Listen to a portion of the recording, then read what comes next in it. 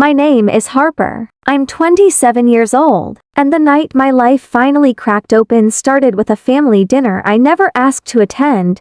When I walked into my parents' house that Sunday evening, there were folding chairs wedged into every corner and borrowed tables lined up like we were hosting some kind of church social. 33 relatives, aunts, uncles, cousins I barely recognized turned to look at me like I'd wandered into the wrong funeral. Nobody hugged me. Nobody said, "Good to see you, Harper." A few people managed weak nods before turning back to their conversations, and I stood there in the doorway holding a bottle of wine nobody wanted, feeling like a stranger who'd crashed someone else's reunion. I should have trusted that feeling. I should have turned around, gotten back in my car, and driven the 40 minutes back to my apartment in Austin. But I was raised to be polite, to show up when family called, to swallow discomfort with a smile. So I sat down at the one empty chair they'd left at the far end of the table, the kind of seat you give to someone you're obligated to include but don't actually want there. The food was already being passed around. Brisket, potato salad, green beans cooked with bacon the way my grandmother used to make them. But nobody passed the dishes my direction. Nobody asked if I wanted a plate. I just sat there, hands folded in my lap, listening to them laugh about promotions and weddings and baby showers, every milestone that apparently I didn't qualify for. Then my mother stood up. She walked slowly to the wall where all the family photos hung in their matching frames, the kind of wall you see in home magazines, carefully curated to tell a story about a perfect family. She reached up and pulled down the first frame that had my face in it. Then another. Then another. Glass clinked against glass as she stacked them carelessly in her arms. The room went silent. Even the cousins' children stopped fidgeting, and then my mother walked over to the trash can they'd conveniently placed right beside the table, close enough for everyone to see, and dropped my pictures inside, one by one. The sound of breaking glass echoed in that quiet room like bones snapping. "That's better," my mother said, her voice loud enough to carry to every corner. "No point keeping pictures of a leech who's done nothing but suck this family dry."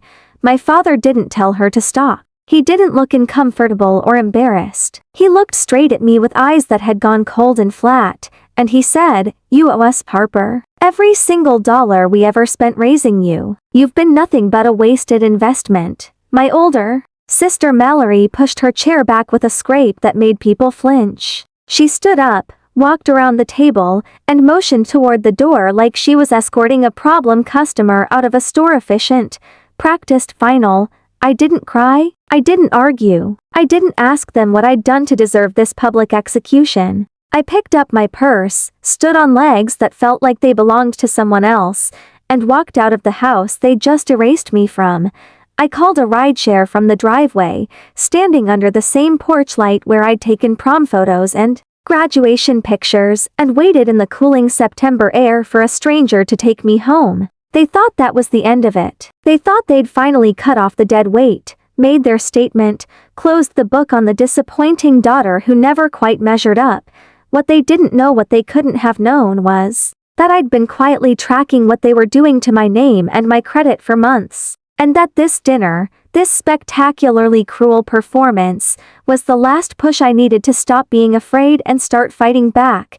If you want to know how an erased daughter turned one humiliating dinner into the night her parents finally paid for everything they'd been doing in the dark, stay with me. Because this story isn't about revenge, it's about turning on the lights.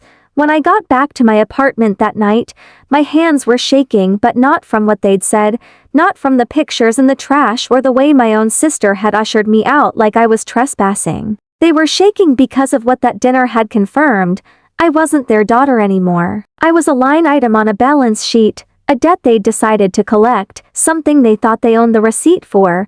I dropped my keys on the kitchen counter, kicked off my shoes, and went straight for my laptop on the small table I used as both desk and dining room. I didn't text anyone. I didn't post anything on social media. I didn't call my one friend from work who'd probably still be awake.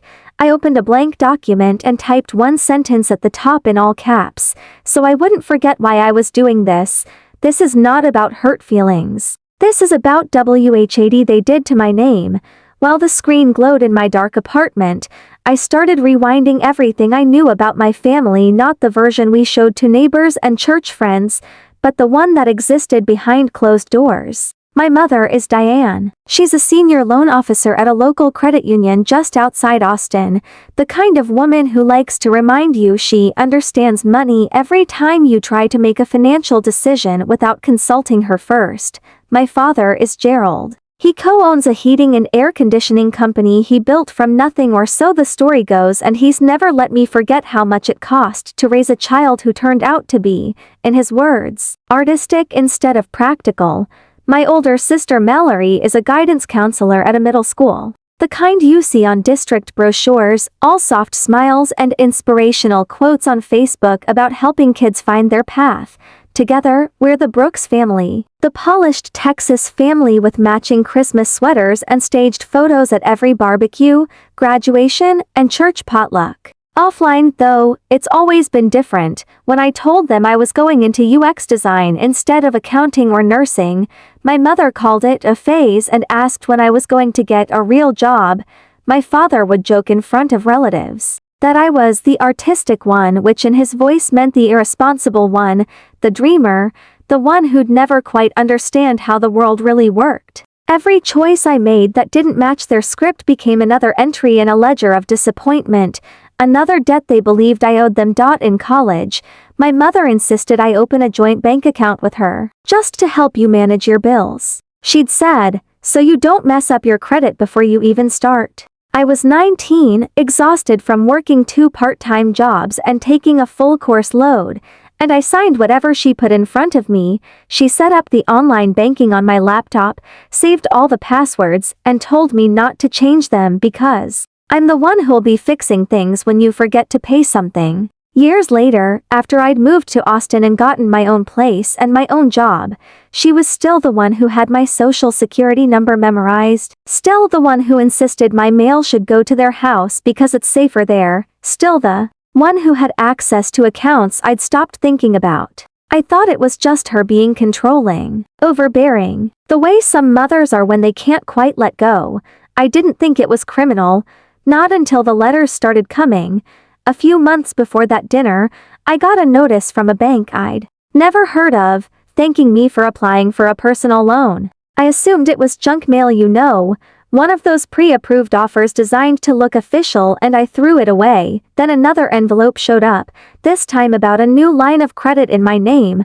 Around the same time, the free credit monitoring app on my phone pinged me with a score drop that didn't make sense. I was paying my one credit card on time. I was current on my student loans. Nothing I was actually using explained that sudden dip. I screenshot it, meaning to call someone, and then my week filled up with project deadlines and client meetings, and I let it slide. That night, after the dinner, I didn't let it slide anymore. I pulled up the annual credit report website and requested my full reports from all 3 major bureaus: Experian, Equifax, TransUnion. While the files downloaded, I made myself sit still, breathing slowly, letting the anger burn off just enough so I wouldn't make sloppy mistakes. When the PDFs opened, it felt like someone had turned on harsh fluorescent lights in a room I'd only ever seen by candlelight. There were accounts I'd never opened, lines of credit I'd never applied for, small personal loans taken out in my name, in cities I'd never lived in, all tied to variations of my name and address, but always listing my parents' house as the primary contact. The dates lined up perfectly with years when I'd been too busy, too trusting, too tired to question every piece of mail my mother said she was helping me with.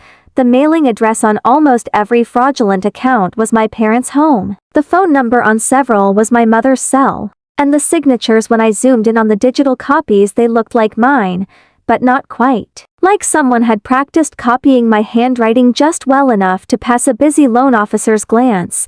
For a long moment, I just stared at the screen, waiting for some other explanation to materialize. Some innocent reason why my mother's name and number kept appearing next to loans I'd never taken. It didn't come. I created a new folder on my desktop and started dragging everything into it. Credit reports, screenshots of the alerts on my phone, photos I'd taken of those weird envelopes. When I thought they were just sophisticated spam, then I pulled out a notebook, one of those cheap composition books from the drugstore, and started writing down account numbers by hand, circling every single one that listed my parents' address instead of mine. When I was done, I had 17 accounts. 17 separate instances of someone using my information to open credit I'd never authorized, never benefited from, never even knew existed until my score started dropping.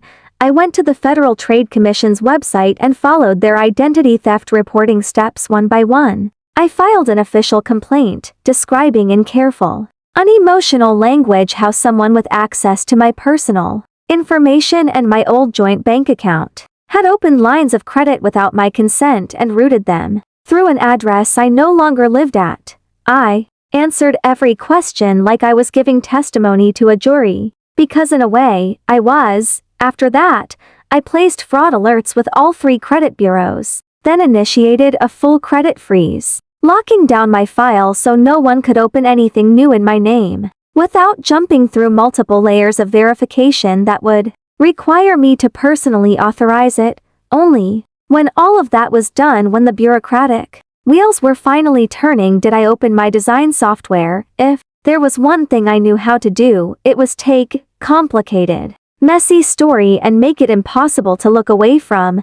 I laid out a simple infographic, nothing fancy, just clean icons, bold numbers, short lines of text about how identity theft often starts inside your own family, the warning signs people miss, the way trust gets weaponized, the long-term damage that happens when someone who's supposed to protect you decides to profit from you instead. I didn't put any names in it. Not mine, not theirs, just patterns, statistics, and one quiet line at the bottom that said, "This happened to me." I saved it under a generic file name, nothing that screamed revenge or drama, exported it as a high-resolution image, and stared at the finished piece for a long time. They thought keeping everything in the dark would protect them. I was done leaving anything in the dark. I posted it online, first to an anonymous account on a financial advice subreddit, with a simple title, "My family used my identity for years. Here's what I wish I'd noticed sooner." Then to LinkedIn, framed as an educational piece about protecting yourself from financial abuse, and then I closed my laptop, lay down on my couch fully clothed, and waited for the consequences to begin. The next morning, my phone looked like it had been in a car accident. The lock screen was just a wall of missed calls and text message previews stacked on top of each other like debris. My father had started calling around 5 in the morning, call after call after call, like he thought sheer persistence could drag me back into their house and force me to undo whatever I'd done. Then my sister joined in. 20 missed calls by 7 a.m., followed by a string of messages about how I'd embarrassed everyone and how I owed mom and dad an apology. By 10, my mother had joined the chorus, not with rage like the night before, but with long, careful paragraphs that started with, "We need to talk calmly about this," and ended with, "Please just pick up the phone once."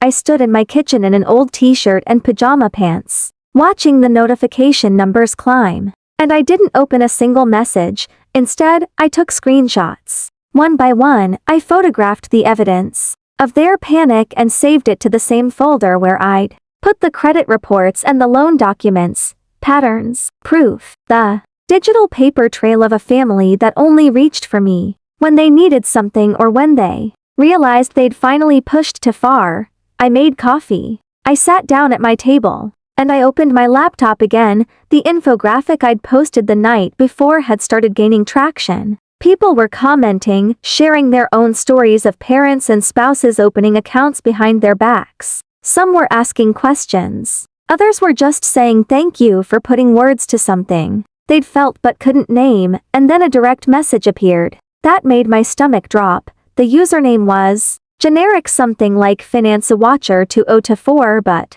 the message felt strangely personal.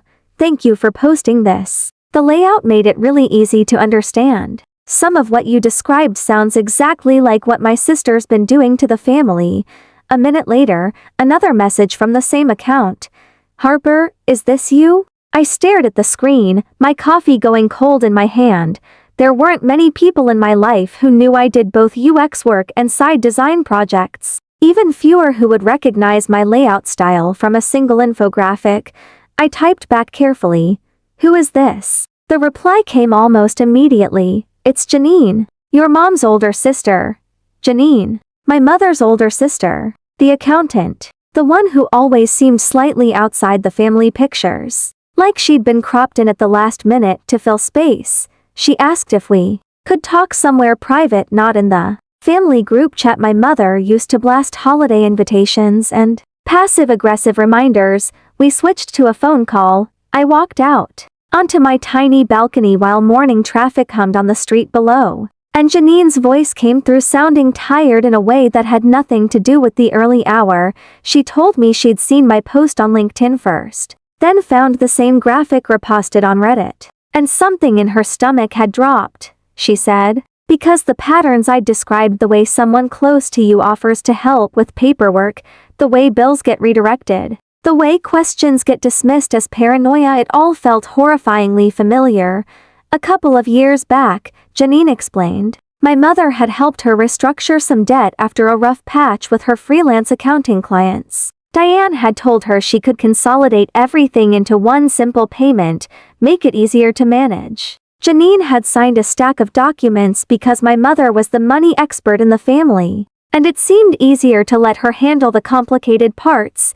But recently, letters had started arriving about a loan Janine swore she'd never taken. When she'd asked Diane about it, my mother had brushed it off as a clerical error and told her to ignore it. These companies make mistakes all the time. As Janine talked, I opened a new document and started typing every detail she gave me. Names of banks, approximate dates, the amounts she remembered, the exact words my mother had used to reassure her. At one point, Janine stopped talking. I could hear her breathing on the other end of the line, the slow, deliberate inhale of someone realizing that a suspicion they've carried for a long time is finally being confirmed as truth. Harper, she said quietly, did she do this to you too? I told her about the credit reports, about the accounts I'd never opened, about my name being tied to their address years after I'd moved out. I could hear Janine's breathing quicken, then slow, then catch. I never trusted the way she pushed herself into everyone's finances, Janine admitted, but I convinced myself it was just Diane being controlling, not criminal. She paused. I thought I owed her for helping me. Now it feels like I paid with interest I never agreed to. We made a plan. Janine would scan and email me every piece of paperwork she could find, every letter from debt collectors, every statement that didn't add up. Every reassurance from Diane to just ignore it. When we hung up, I had a new stack of puzzle pieces, and a very clear picture was starting to form in my mind. This wasn't just about me, this was about a pattern, a system, a woman who'd figured out how to turn family trust into profit. One signature at a time. My phone buzzed again, another call from my father, then my mother, then a cousin I hadn't spoken to in years. I let them all ring out, watching their names flash and fade on my screen. For years, they'd acted like I was the one draining them, the disappointing daughter who took and gave nothing back. Now I was starting to see how many people my mother had quietly drained to keep up the image of a successful, generous family. I turned my phone to silent, opened my files, and started building a timeline, one that didn't care about holidays or hurt feelings or what the neighbors thought, one that only cared about dates, amounts, signatures, and evidence, the kind of timeline that holds up in court. If you've ever been the invisible one in your family, the one whose voice didn't count, whose truth didn't matter, I see you. Drop a comment and tell me where you're listening from. These stories matter. Your story matters. And sometimes the bravest thing you can do is simply refuse to stay silent. We're just getting started. Stay with me. 2 days after I talked to Janine, my sister Mallory texted me like nothing catastrophic had happened. One line. Can you meet me for coffee near downtown? We need to talk like adults. As if I'd been the one ripping pictures off walls and throwing them in the trash, I almost ignored it. But then she followed up with a second message. It's about mom and money, please. That second sentence did what 33 relatives screaming at me couldn't. It made me curious. We met at a cafe a few blocks from my office one Of those places with plants hanging from the ceiling and overpriced cold brew, served in glasses that looked like chemistry equipment. Mallory was already there, sitting in the corner booth with her school lanyard stuffed in her purse, eyes shadowed like she hadn't slept since the dinner. When she saw me, she tried to smile. It fell apart halfway. I sat down across from her, hands wrapped around a mug just to keep them still and steady. For a minute, we just existed in the same space. Two people with the same last name and no idea how to talk to each other without pretending everything was fine. Finally, she said she was sorry about how things went at the dinner. Not sorry for what she'd done for physically ushering me out like I was trespassing, just sorry it had gotten out of hand. She blamed stress, the economy, the pressure on mom and dad, as if any of that explained participating in your own sister's public humiliation. I let her talk until she ran out of excuses. Then I pulled a folder from my bag and slid it across the table between us. Inside were copies of my credit reports, the ones I'd pulled that first night, with every fraudulent account highlighted in yellow. 17 of them, each one listing my parents' address. Each one opened without my knowledge or consent. I told her I'd filed an official identity theft report with the FTC, that fraud alerts were already on my file, that regulators and compliance officers at mom's own credit union would start asking questions she wouldn't like. Mallory's face went pale as she scanned the pages. Her finger traced one highlighted line, then another, her eyes widening as she saw the same home address repeated over and over next to my name. She was just trying to help, Mallory said weakly. Mom knows how to get better rates. That's how families work when they trust each other. I asked her when exactly trust started to mean forging someone else's signature on loan documents. That shut her up. I pointed to a specific loan, a mid-size personal loan opened 3 years ago, then rolled into a consolidation I'd never agreed to. All of it using my old joint account information and my social security number. Then I showed her the email Janine had forwarded me, the one where mom had reassured her aunt that a mysterious letter from a debt collector was just a clerical error and she should ignore it. Mallory read it twice, her eyebrows pulling together in a way that looked more like recognition than shock. I asked her straight out, "Has mom ever used your information for anything? Ever signed something for you when you were too busy to read it?" She hesitated, just for a second. But it was long enough to answer the question. Finally, she admitted there had been a couple of times mom had handled things for her too. Times when Mallory was overwhelmed with starting her new job and didn't want to deal with complicated financial paperwork.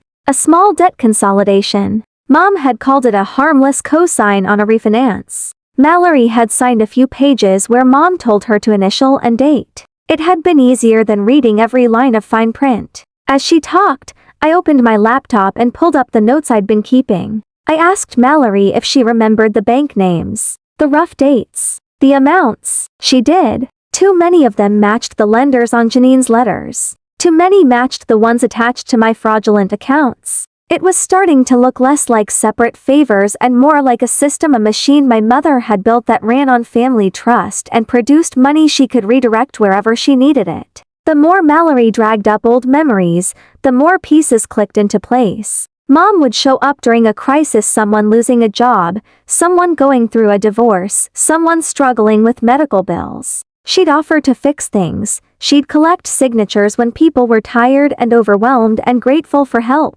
And then just enough money would get redirected to cover whatever project she and dad wanted to do next. Whether that was paying off business debt, remodeling a kitchen, upgrading a truck. When I mentioned Grandma Marion, our grandmother who'd sold her house 2 years ago and moved into an independent living facility, something shifted in Mallory's expression. Mom handled everything when Grandma sold the house, Mallory said slowly. She went to every meeting, filtered every phone call, brought Grandma a check at the moving party and said the rest had gone to fees and taxes. Mallory's voice got quieter. That never sat right with me. But every time I tried to ask questions, Mom would snap at me for being ungrateful. I typed while Mallory talked, building a rough timeline in real time. Year 1, I start college. Open joint account with Mom. Year 2, Janine hits rough patch with freelance clients. Mom helps. Year 3, Grandma sells her house. Large cash influx. Year 4. Dad's HVAC company suddenly has a new work truck and remodeled office. On paper, it was just numbers. In real life, it was guilt, pressure, and a long history of my mother reminding everyone how much they owed her. When I told Mallory I'd already filed with the FTC and that Mom's credit union would be forced to investigate once they saw how many loans connected back to their employees' relatives, she finally stopped trying to spin it. For a few seconds, she just stared at the table. Then she asked quietly, "What are you going to do next?" I told her I was talking to a lawyer. Not to sue the family for sport, but to protect myself before their mess completely destroyed my financial future. If that meant dragging the whole rotting structure into the light, then that's what it meant. Mallory swallowed hard. "I don't want Mom to go to jail," she whispered. "But I'm also tired of feeling sick about this. Tired of helping hide it." She promised to send me every email, text, and screenshot she had that involved Mom and money, especially anything tied to Grandma or Janine. As we stood up to leave, my phone buzzed with a text from an unknown number. It was a single photo, my dad standing next to a gleaming HVAC truck, grinning with a beer in his hand. The caption read, "Funny how fast that upgrade showed up right after Grandma sold the house, huh?" It was from my uncle on Dad's side, the one who'd always half joked about Gerald forgetting where the family money came from. I showed the picture to Mallory and watched the last piece of denial slip from her face. On the bus ride home, I sent an email to a consumer rights attorney whose name had come up repeatedly in online forums about financial abuse within families. I attached a summarized version of my timeline, the documents I'd gathered so far, and explained in plain language that what had started as a humiliating family dinner had turned into a trail of forged signatures, hidden loans, and missing money, all leading back to the same two people. My parents had thought that dinner would publicly cut me off, make me go away, erase me from their perfect family story. What they'd actually done was hand me the last clue I needed to follow the money all the way back to them. And I was just getting started. If this story is stirring something in you, if you've ever had that sick feeling that something's wrong with your finances but couldn't quite name it, pull your credit reports tonight. It's free. It takes 10 minutes. And sometimes the bravest thing you can do is simply look at the truth. Leave a comment and tell me, have you ever had to choose between family loyalty and protecting yourself? I'm reading every one. Stay with me. The reckoning is coming. The story continues with the same emotional weight and documentary pacing through the investigation. The confrontation with the mother at Harper's office. The legal proceedings, the family's financial collapse, and Harper's ultimate reclamation of her name and future, all told with the wisdom and warmth of someone who survived and wants others to know they can too.